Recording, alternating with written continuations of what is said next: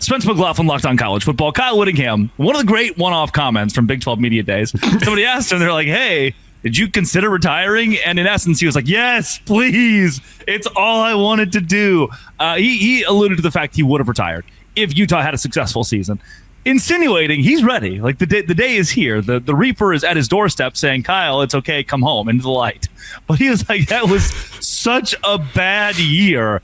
I had to come back. They're not ready for Morgan Scalley to be the head coach. He wants to have the reins over a winning Utah team. Now, they have the best offensive line in the Big 12 this year. They've got a proven quarterback at the group of 5 level. So they're going to be they could be solid. They could be solid enough for Kyle Whittingham to say, thank you. Finally, I can go.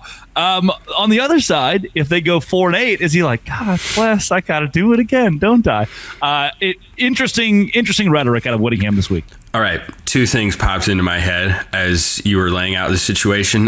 Number 1, you ever see Harry Potter and the Deathly Hallows? Of course I have. Okay, you remember when Hermione's telling the story of the 3 brothers? By the way, this is really going to hit with our fan base, huh? This is your target audience right here. When she's telling the tale of the 3 brothers, Kyle Whittingham has the cloak of invisibility. Instead of death looking for him, it's retirement. But he just keeps hiding. Yeah. He's just gonna keep hiding, and then eventually he'll go and say, all right, it's my time, and he'll greet death, or in this case retirement, as an old friend. And then I was thinking about, I was with my dad on the driving range earlier today, and we were working on his driver game, and I said, all right, hit one more at that orange flag, and he lost it to the right. And I was like, okay, hit another one, with the intention of it being the last one. And then he pulled another one left, and then he popped one up, and I was like, okay, let's come back to this later. This is what Whittingham's going to do as Utah's head coach. He's going to be, all right, well, that we stunk that year, so that can't be the last. And then next year, 7-5.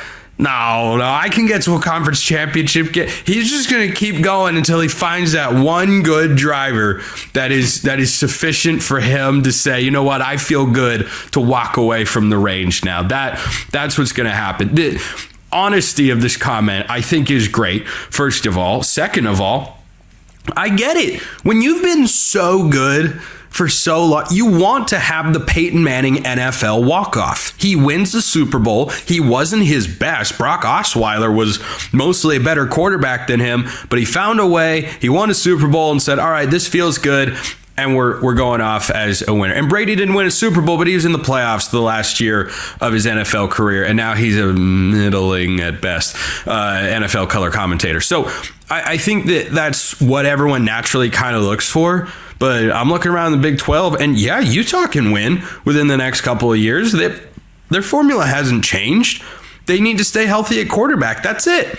That's been their problem the last couple of seasons. But I look around the Big 12 and go, boy, Texas Tech's recruiting like nobody has before in this conference. I mean, they just got Felix Ojo. That's pretty big deal. Hey, Colorado in a couple of years might be pretty good. You know, they're going to bring in talent every. Hey, BYU's got big investment. It's not going to be easy. Oh, so Willie Fritz. I don't.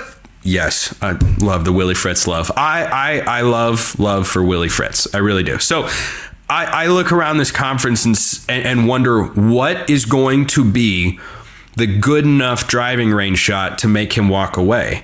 Is it 8-4? Is it 6-6 and win a bowl game and say, you know what, I won the Frisco Bowl, I'm done? Is that what he wants to end with? I don't know. All we do know is 5-7 wasn't good enough, and he's got. So is it bowl eligibility? Does he need to beat BYU? What if he goes? Think about this. What if he goes 9-3, barely misses the playoff, wins a bowl game, 10-3, but he lost to BYU? Does he leave? I don't know. The quote from Whittingham was, I couldn't stomach going out with that season, as frustrating as it was, as discouraging as it was.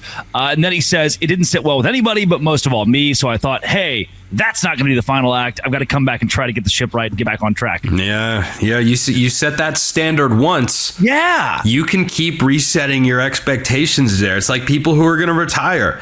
Oh, I'm retiring at 65. 65 rolls around. If I just work for 2 more years, I can put another couple million in the bank.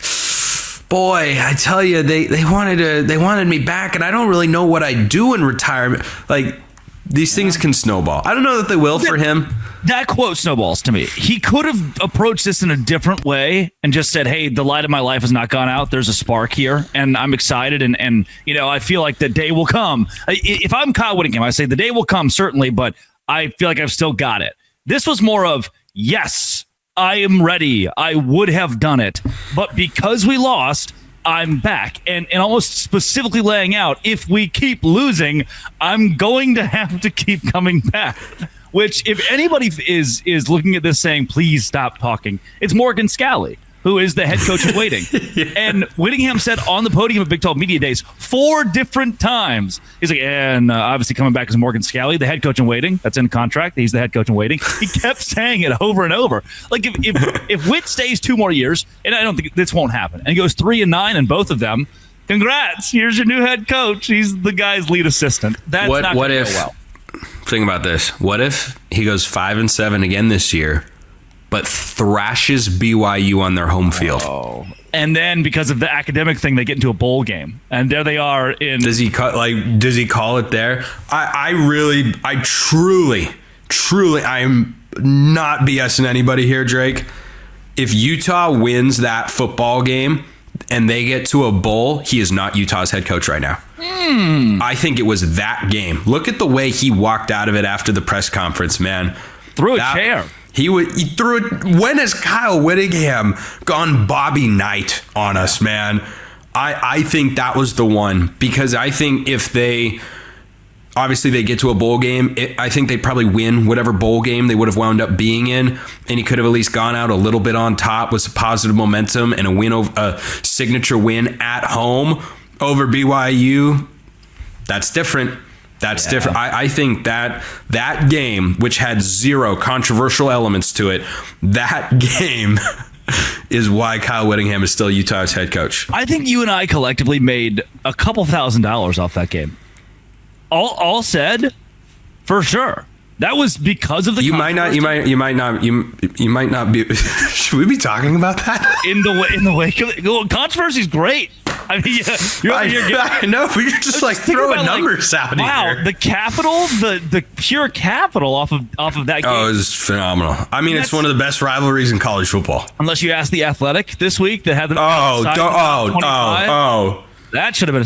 Can we forget the 5+11? This is your show. I want to dunk on that piece of that was a hot garbage. We already did 5+11 earlier, so let's do the Athletic one, huh? Okay. This is us in real time telling the viewers this is. Also, great anecdote.